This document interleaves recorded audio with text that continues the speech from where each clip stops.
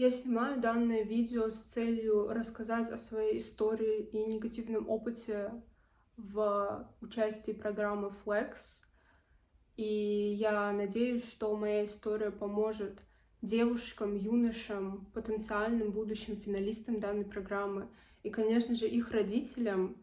Я надеюсь, что моя история поможет открыть глаза на очень многие неочевидные факторы таких обменных программ и потенциальную опасность, от которой ничего не защищает, и вряд ли кто-то будет желать вам помочь в Штатах. Я стала финалистом программы Flex год назад. В феврале 2025 года мне позвонили и сообщили об этом. В августе я уже была в Штатах, и через 47 дней меня отправили обратно в Узбекистан. Меня, можно сказать, депортировали по очень глупой причине того, что я не стала молчать о том, что до меня домогался хост Дэд, который прошел множество проверок и кого эта программа посчитала безопасным. С чего начинается история? Мне позвонили в феврале, сказав, что вот вы стали финалистом, поздравляю, и что у меня есть 1 неделя на то, чтобы решить, готова ли я в этом участвовать, и к чему я должна была быть готова. Что мне сказали на этом радостном звонке? Мне сказали, что у меня будет возможность обучаться на протяжении 10 месяцев в Соединенных Штатах абсолютно бесплатно, что я буду ходить в американскую старшую школу, что я буду жить в специально обученной волонтерской хост-семье, которые прошли все на свете проверки, что это очень безопасно, что мне платят перелеты, что я буду получать стипендию $200 в месяц, и что летом в Ташкенте нас соберут в отеле, и у нас будет 3-дневный подготовительный тренинг ПДО. И это уже было моей второй попыткой попасть в эту программу, поэтому эта победа была для меня очень радостной, знаменательной. Для моей семьи это было, конечно же, поводом для гордости. И на фоне всех этих радостных эмоций очень быстро, буквально на следующий день, я написала имейл о том, что мы согласны участвовать в данной программе. Потом пошел этап подготовки ко всему на свете. В марте произошел один единственный Zoom-созвон, в котором участвовали родители, и то их участие было не обязательным, то есть если хочешь, участвуй, если хочешь, не участвуй. И никакой прям полезной информации там ни для родителей, ни для студентов не было. Вместо того, чтобы обсуждать какие-то вопросы безопасности, вопросы о подготовке, к чему там, что можно ожидать от программы, какая польза этого всего. Там обсуждали только то, что будет ли у студентов халал мясо в Соединенных Штатах, и то, что перевес багажа никто оплачивать не будет. И все. В апреле я узнаю, что меня захостили, что мне нашли хост-семью в штате Индиана. И оказывается, в этом placement report написано, что меня на самом деле захостили еще в январе. Меня нашла эта хост-семья, то есть еще до того, как я узнала, что я являюсь финалистом. У меня уже была хост-семья, и я была, получается, первым человеком в Узбекистане, которому нашли хост-семью. Я начинаю с ними общаться с апреля месяца до августа, пока я приехала туда. Все было просто потрясающе. Летом у нас прошел вот этот вот тренинг, мы получили визы, прошел июль, и в августе, 8 августа, я уже приезжаю в Индиану. Это вроде была пятница, выходные мы вместе с семьей проводим, все нормально. Я жила в семье 30-летних мужа и жены, у них не было детей, только питомцы. Они жили в большом двухэтажном доме, и они работали учителями музыки в школе. Мой хост-отец работал в старшей школе, в которой училась я, а моя бывшая хост-мама, его жена, работала в средней школе с маленькими детьми. В понедельник, 11 августа, эта хост-мама уходит на работу, а ее муж, мой хост-отец, ведет меня в мою школу, чтобы я поговорила с моим guidance counselor, чтобы мне там подобрали предметы и все такое. Все нормально проходит. Потом мы возвращаемся домой, обедаем, и за обедом, опять же, это в отсутствии его жены происходит, за обедом он включает ТВ-шоу, в котором первый эпизод полностью крутится вокруг того, что два мужчины зарабатывают на жизнь тем, что они мастурбируют в пробирку для банка спермы. И там было очень много всяких неприятных и неловких шуток, с которых он просто гоготал, хост-отец. Но я сказала, что мне некомфортно, и попросила его включить что-то другое. Что он и сделал. Дальше. С самого начала я заметила, что ночью они не закрывают полностью дверь своей спальни.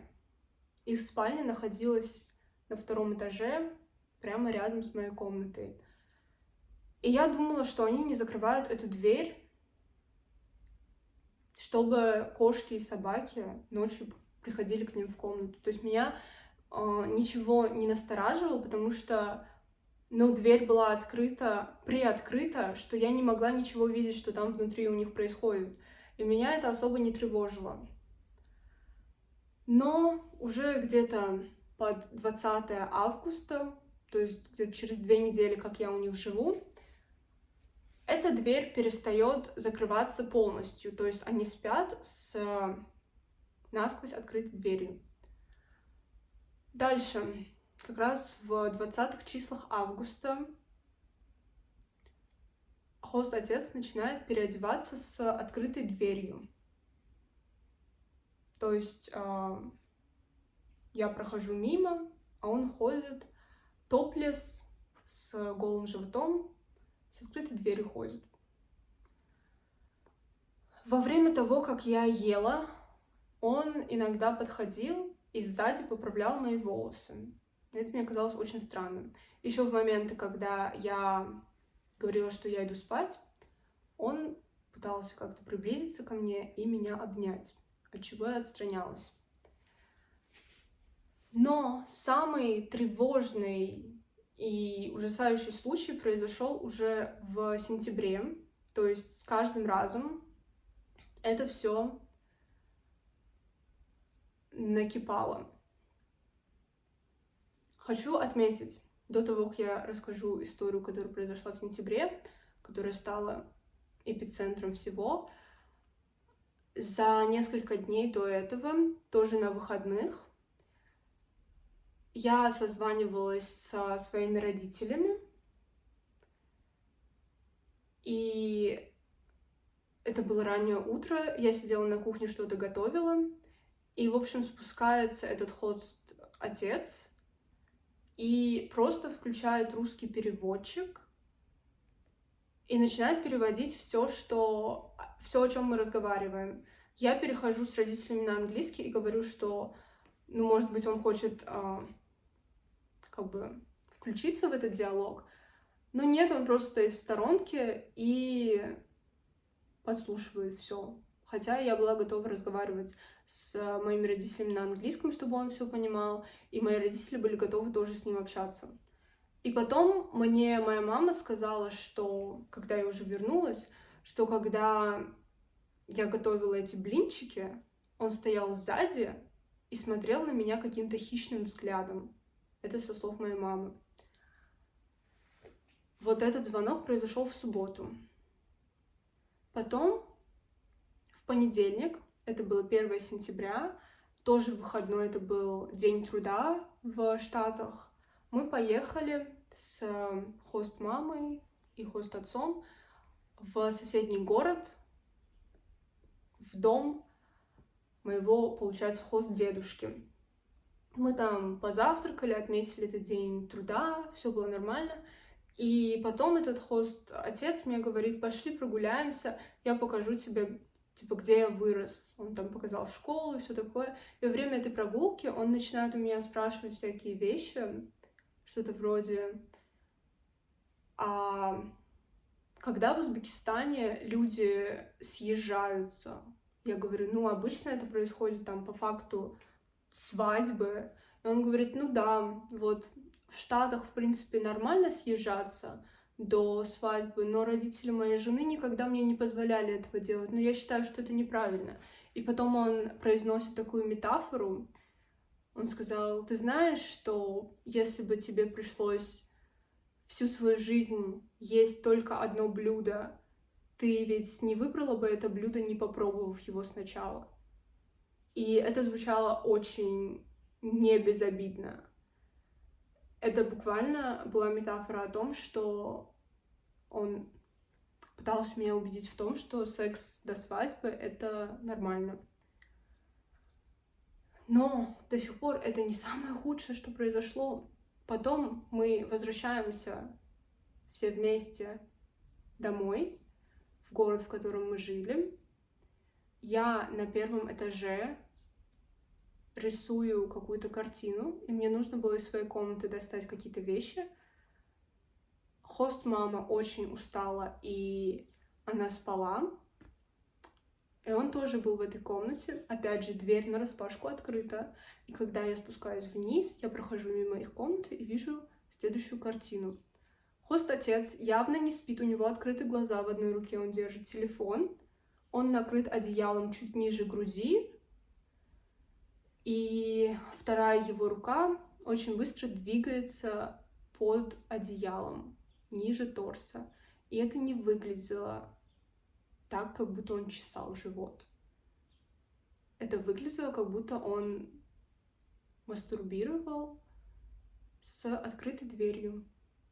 Я очень испугалась, я пошла вниз, я расплакалась, я позвонила своей подруге, которая тоже сейчас в Штатах по обмену, и я ей рассказала все, что происходит. Она говорит: Мехрибон, это очень плохо, это очень страшно, срочно, как бы говори координатору. Но я решила рассказать координатору уже во вторник, когда я пошла в школу. Утром я написала координатору своему и говорю: вот такое происходит. А я сказала, что мне некомфортно рядом с хост-отцом, ну, кратко рассказала. Потом я осталась после уроков в школе, чтобы поговорить с ней. Рассказала все, что произошло, все, что происходит.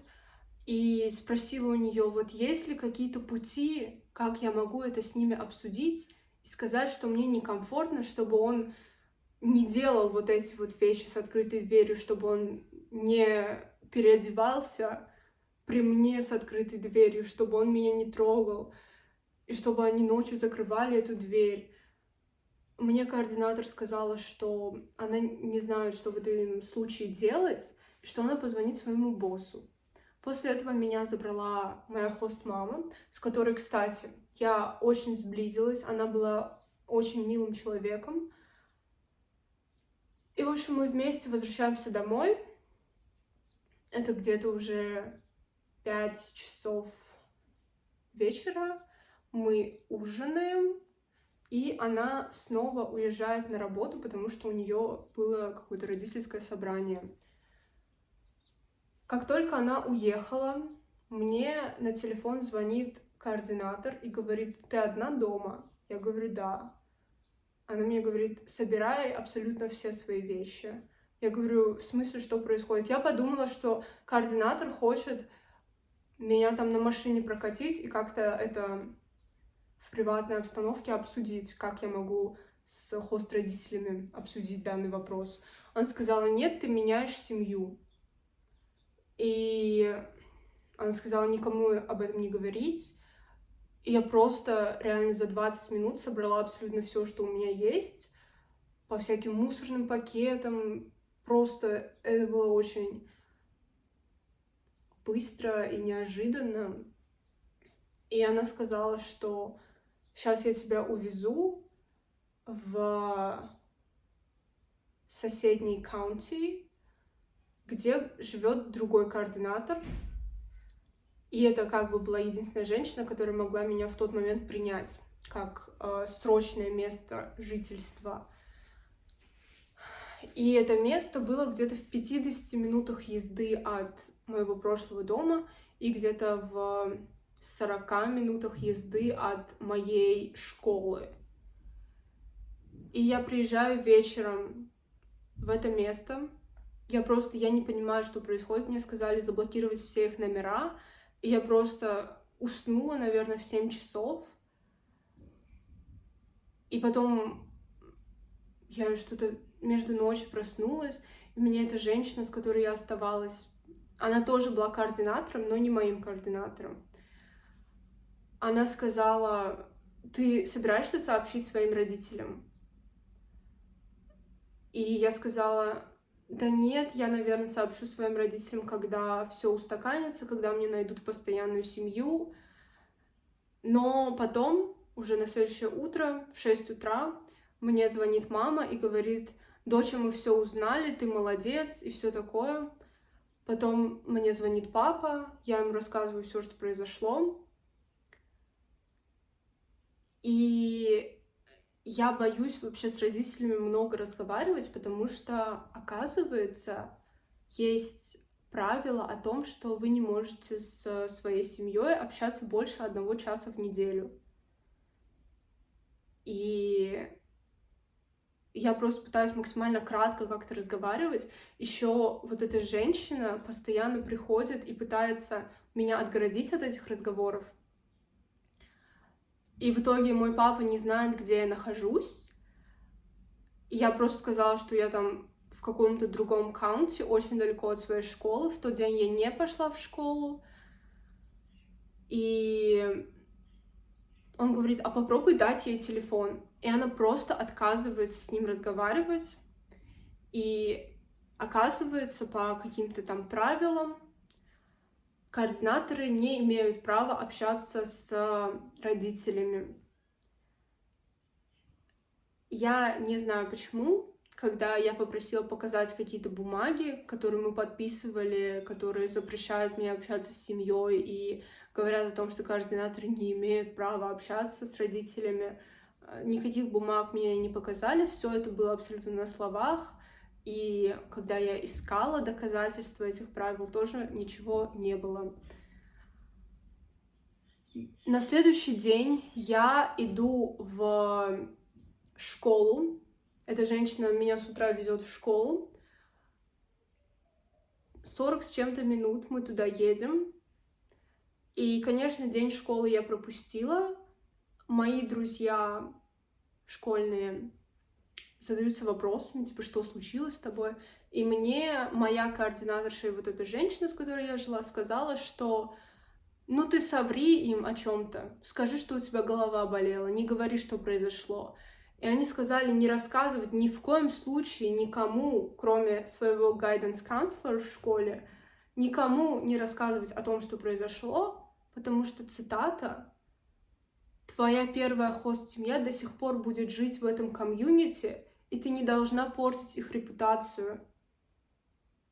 То есть они в этой плейсмент-организации были более заинтересованы в том, чтобы сохранить репутацию растлителя несовершеннолетних, который, кстати, работает в моей школе. По сей день он работает в моей школе, и никаких последствий от произошедшего у него не было. И, в общем, я молчала до последнего, я не рассказывала своим друзьям об этом, я боялась разговаривать со своими родителями о том, что произошло, потому что, мы же можем только час в неделю общаться. И только на последний день мне вот эта женщина, с которой я жила, она сказала: ой, я забыла тебе сказать о том, что в таких экстренных ситуациях ты можешь общаться с родителями сколько угодно. Вау. И я начинаю общаться с родителями. Она опять всячески перечит этому, пытается меня остановить от этого. И в субботу вроде это было 6 сентября. Мой папа говорит, что его друг, близкий друг нашей семьи из Мичигана, приедет ко мне туда, и что мне нужно по любому поводу остаться дома, не уходить. А вот эта женщина очень навязчиво меня хотела взять на какой-то забег своих сыновей. Я сказала, что она не имеет права меня заставлять куда-либо идти с ней, я не обязана этого делать. И я сказала, если она боится о том, что я сбегу из дома, ну пусть закроет дверь. В итоге она остается, ее сыновья там куда-то уезжают сами по себе. И когда приезжает этот друг моего папы, до того, как он приехал, она вызывает какого-то самого главного координатора в этой организации. И они со мной говорят, что я нарушаю правила, что так нельзя. И в итоге, когда где-то за 20 минут перед тем, как этот друг моего папы доехал до меня, они вызывают на меня полицию, приезжает шериф, я на телефоне с родителями, шериф говорит что-то, а шериф вообще не понимает, что происходит, в чем проблема, но они что-то наговорили ему о том, что мои родители якобы отказались от родительских прав от меня, и что моими родителями сейчас является вот эта плейсмент-организация, которая не позволяет видеться с другом нашей семьи. Приезжает этот друг, и мы 1,5 часа в кукурузном поле на улице разговариваем. Вот тут вот мы, и вот перед нами шериф на машине. Ну, вроде все разрешилось, этот друг уехал, шериф уехал, и мне папа написал такую смс-ку, сказал, что «Мехрибон, скажи, что мы очень рады, что эта встреча случилась, и нам грустно, что это произошло таким образом из-за того, что у нас было недопонимание, miscommunication». И потом я уже сажусь в машину с этой женщиной, мы едем забрать ее сына, и я ей говорю, что... Ну, я вот эту речь говорю, что я рада, что получилось все-таки встретиться, что для меня психологически это было очень важно.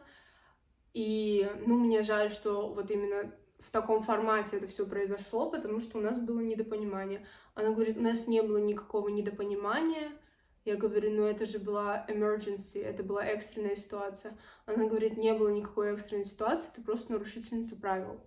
И оказывается, в протоколах каких-то, которых, опять же, никто не может показать, есть правило о том, что ты не имеешь права встречаться с семьей или друзьями своей семьи до 1 марта.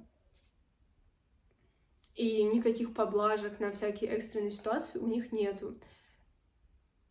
В итоге мне вечером 6 числа говорят, что мне нашли семью, хост-семью, и что в воскресенье я перееду. И еще мне сказали, вот ты у нас такая злостная нарушительница правил, знай, что после 1 марта ты не будешь иметь права ни с кем видеться, потому что ты эту встречу уже исчерпала. Очень добрые слова. Я собрала вечером свои вещи, и ночью у меня эта женщина отобрала телефон. То есть днем она сказала, ты можешь общаться с родителями сколько угодно, а ночью она у меня отобрала телефон, компьютер, наушники, все. И сказала она, что она не должна вообще даже объяснять, почему она это делает, но она хочет, чтобы я ночью хорошо отдохнула. И ее сын играл на гитаре до 12:30 ночи, и я не могла уснуть. И в итоге у меня сон был намного хуже. Судя по фитнес-браслету, был намного хуже, чем в дни, когда я спала с наушниками и с телефоном. То есть ее план не сработал. Ну, в общем, в воскресенье мне находят новую хост-семью, приезжает мой координатор, отвозят меня к ним, И вот эта хост-семья новая, уже получается моя третья хост-семья за месяц и неделю, это просто было лучшее, что со мной происходило в Штатах. К сожалению, я с ними провела всего 2 недели, но это был просто самый лучший экспириенс.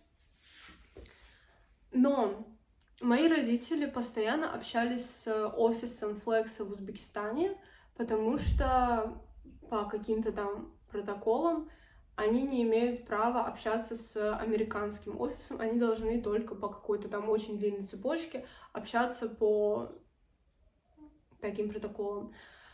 И Flex Узбекистан сказали, что перед тем, как мне найдут новую хост-семью, обязательно отправят репорт моим родителям о том, что вот мне нашли семью. После того, как мой папа возмутился о том, что почему меня вообще куда-то перевезли, и как бы они узнали о том, что мне сменили семью только там на 2-й день. То есть они вообще не в курсе, что со мной происходит, где, как. И, в общем, я не общаюсь с родителями, потому что я опять боюсь этого правила. Мне сказали о том, что вот это правило emergency situation, оно закончилось, что ты теперь опять будешь 1 час в неделю общаться. И в итоге меня привозят в эту семью, и мне папа пишет: «Привет, ты где?» Я говорю: «Все хорошо, я уже в городе, мне нашли новую семью». И он вообще не понимает, что происходит, потому что ему сообщили о том, что мне нашли новую семью только через пару дней. А общаться с родителями нельзя. И получается, я приехала в эту семью в воскресенье, 7 числа, и я написала родителям, сказав, что мы можем, пожалуйста, сохранить вот этот 1 час разговоров на 13 число, потому что у моей сестренки было бы день рождения, и я хотела, чтобы мы там с моей хост-семьей со всеми пообщались, поздравили ее с днем рождения. В общем, моя третья хост-семья, они были очень добрыми, очень хорошими, мы до сих пор общаемся. Это просто вот самое лучшее, что со мной было, это вот эта семья. 13 числа у нас происходит вот этот вот звонок. Мы все общаемся, узнаем ближе друг друга. И у меня папа спрашивает у моей новой хост-семьи, сказав, что мы можем с Мехрибон пообщаться чуть больше, потому что есть много чего, что мы не обсудили в произошедшей ситуации, а новая хост-семья, они были абсолютно не в курсе, они просто знали, что мне пришлось сменить семью, и это никак не связано с моим поведением. И мои хост-родители новые сказали, что давайте постараемся находиться в пределах вот этого протокола 1 часа.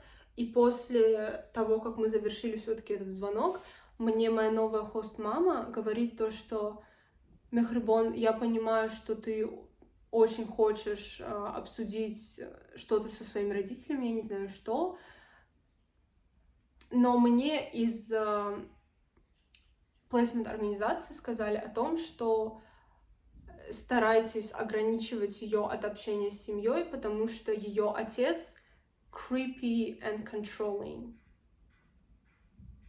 То есть узнавать, что происходит с твоей дочкой в чужой стране на другом материке после того, как вот эта плейсмент организация, которая создана для того, чтобы обеспечивать безопасность, после того, как они не справились со своими обязанностями и поселили меня в семью, где меня растлевали и домогались. После этого узнавать о том, что где находится твоя дочка, это, оказывается, гиперконтроль. И вот мне дословно она это сказала, и я очень удивилась. И 13 числа мы созвонились, и 16 числа у меня закончился школьный день, и мне пишет хост-мама, говорит: «Ой, мне очень жаль, что это произошло. Хочешь ли ты, чтобы я тебя забрала со школы?» А у нас в тот день в школе был пожар. Вызывали пожарную машину, нас эвакуировали. И я думала, что она мне пишет на фоне этого. И я сказала: да нет, со мной все нормально, я на автобусе приеду домой. И я приезжаю на автобусе домой, она почему-то раньше возвращается с работы домой, и она просто очень разбитая, я не понимаю, что с ней произошло. Я говорю: ну, пожар и пожар, ну, все нормально, все живы. Потом мне пишет какая-то координаторша еще очередная из этой плейсмент-организации и говорит о том, что позвони нам, пожалуйста, после того, как ты вернешься домой. И мне папа что-то пишет еще в Телеграме. В общем, я звоню этой координаторше, я вообще не понимаю, что происходит. Почему все так просто обеспокоены тем, что произошло в школе. Там даже пожара по факту не было, там был дым от стройки. Вот. В общем, я созваниваюсь с этими координаторами. Мне говорят: Мехрибон, мы решили, а не мы решили, а Department of State, Департамент США решил меня отправить домой, потому что так будет лучше, и что мой отец был очень controversial, что он слишком вмешивался во всякие дела, и что так делать нельзя, и что у меня какое-то расшатанное эмоциональное состояние, что я наношу вред себе. Это они сказали, что якобы Департамент США принял на меня такое решение, что меня нужно отправить. Я говорю: это депортация? Они говорят: нет, нет, это не депортация. При этом, когда я уезжала уже через неделю, мне сказали, что я не имею права возвращаться по этой визе в США, которая до сих пор активна. И я до сих пор не знаю, это как бы была реально депортация или что, но моим родителям тоже сказали, что это был Департамент США, который решил сделать вот это. Но когда я вернулась, у нас была встреча с американским посольством в Ташкенте. И вот это посольство работало с, получается, офисом Флекса Узбекистана и все такое. И вот эти люди из посольства сказали, что они ничего не знают о том, что решение принимал Департамент США. Насколько знают люди из посольства и из Флекса офиса в Узбекистане, они думали, что мой папа умолял и просил, чтобы они вернули меня обратно. То есть вот эта плейсмент-организация врет мне, моим родителям, врет посольству, и вообще происходит какая-то неразбериха. Ну и, в общем, меня отправили обратно домой 22 числа, 23 я уже была в Узбекистане. И никаких разбирательств не было по поводу того, что произошло. Да, меня позвали на встречу в Ташкенте, сказав, что мы хотим обсудить, что произошло, и что нам очень жаль. А американская сторона, как только я зашла в зону ожидания в аэропорту, меня заблокировала моя координаторша и удалила из всех групп. Вот как бы поддержка. И когда я находилась в США, мне говорили, что мы постараемся, когда вы вернетесь, чтобы были там какие-то разбирательства, чтобы что-то сделали с этим хост-отцом. Ничего не сделали, он до сих пор работает в моей школе. он до сих пор ежедневно контактирует с детьми, и я не знаю, может ли это приносить опасность для других детей, которые там учатся. Ну и, в общем, после того, как мы встретились в Ташкенте, нам сказали, что будет слушание в Министерстве юстиции в Узбекистане, чтобы изменили какие-то протоколы, потому что, ну, оказывается, я не одна была, у которой такое произошло.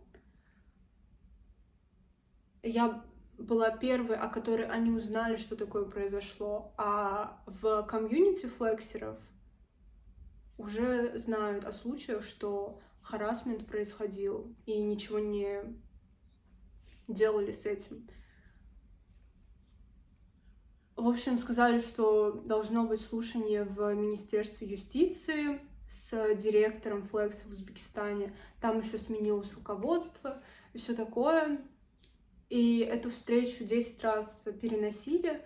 В итоге в декабре случилась эта встреча, и пришел новый директор Flex в Узбекистане и сказал, что они не обязаны общаться вообще с кем-либо, и что теперь они будут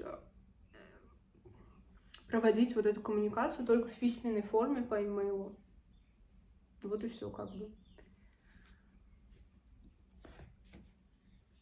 Я закончила со своей историей, но я хочу рассказать про неочевидные правила, о которых умалчивают. Первое. Вы никогда не знаете, в какую семью и в какой штат вы попадете. Это из таких более очевидных фактов, но это может быть семья, которая существует в какой-то очень странной религиозной секте, которые живут в очень грязных домах. И просто куча странных факторов. И ваши координаторы, которые проводят вот эти вот проверки безопасности, которые созданы для того, чтобы обеспечивать вам эту безопасность. Вот, например, в моем случае, когда вот эта моя самая первая хост-семья проходила проверку в январе, к ним пришли домой координаторы, проверили, и моя координаторша потом мне сказала, что у них их спальня была на первом этаже. И они подумали, что как хорошо, что у них спальня на первом этаже, а у меня спальня на другом этаже. И в итоге летом этот хост-отец сделал ремонт и перенес свою спальню наверх. Дальше. Если в случае каких-то проблем вы смените хост-семью, и вам за какой-то определенный период времени не найдут новую постоянную семью, вас просто депортируют и отправят обратно, потому что никто вообще не заинтересован тратить лишние деньги на ваше содержание, и никому не интересно, чтобы вы оставались на полный год там. И если найдут просто малейшую причину, к чему придраться, они найдут эту причину и избавятся от вас. Дальше правило: нельзя общаться с семьей больше 1 часа в неделю. Это правило нигде не прописано, мне нигде никто не показал, что я подписываюсь на такое. При этом в некоторых случаях хост-родителям все равно на то, сколько ты общаешься с семьей, а в некоторых случаях, как было у меня, мне звонили координаторы и спрашивали, когда ты последний раз общалась с семьей. Дальше вот это правило: нельзя встречаться с друзьями и родственниками со своей страны до 1 марта. Снова нигде не прописано, но снова вы на это подписываетесь. Нельзя никак подавать виду, что тебе плохо эмоционально, потому что могут приплести что угодно. Координаторы не имеют права общаться с родителями. Тоже правило, которое нигде не могут доказать, что оно существует. но на словах у них все на свете есть. И хост семьи, оказывается, не обязан общаться с родителями. Вот так вот. И после того, что случилось, я просто приехала в таком разбитом состоянии, и потом еще несколько месяцев я просто не понимала, что происходит. У меня сначала был джетлаг, потом я просто находилась в состоянии диссоциации происходящего, потому что это, наверное, был механизм защиты моей психики. Но вот спустя несколько месяцев этой диссоциации, вот в любом разговоре, в любом действии у меня всплывали вот эти воспоминания происходящего, и это настолько нагнетало все мое бытие, что я не знала, как с этим справляться, потому что участие в этой программе я реально мечтала с 11 лет об этом. И я была не способна рассказать об этом раньше. Я рассказала в блоге сразу, как приехала, я сказала, что я вернулась, что это не депортация, что это не по моей воле и все такое. И проходило время, проходили месяцы, на меня давили люди, сказав, что с тобой случилось, почему ты так долго молчишь. Но вот сейчас, наверное, это момент, когда я реально готова рассказать об этом. И я рассказала в очень детальных подробностях. И я надеюсь, моя история поможет кому-то. И я знаю, что совсем скоро, возможно, начнется обзвон нового потока программы Flex. И просто я хочу предостеречь людей перед тем, как они на следующий день напишут имейл о том, что они готовы участвовать в этой программе. И, кстати, еще в 3-м туре вы подписываете такой документ, который называется Parent-Student Agreement, и там вы буквально пишете о том, что вы отказываетесь от любых юридических претензий, если что-то пойдет с ребенком не так. Поэтому ожидать какой-то ответственности, возможно, бесполезно. Но то, на что я способна, это сейчас придать ситуацию огласке. Получилось достаточно длинное видео, к которому я ментально готовилась очень долго, и я рада, что сейчас я была способна рассказать все полностью. И опять же, я очень надеюсь, что моя история принесет кому-то пользу, и что, возможно, какие-то протоколы этой программы поменяют, и что отбор этих семей будет каким-то более детальным. На этом, наверное, все.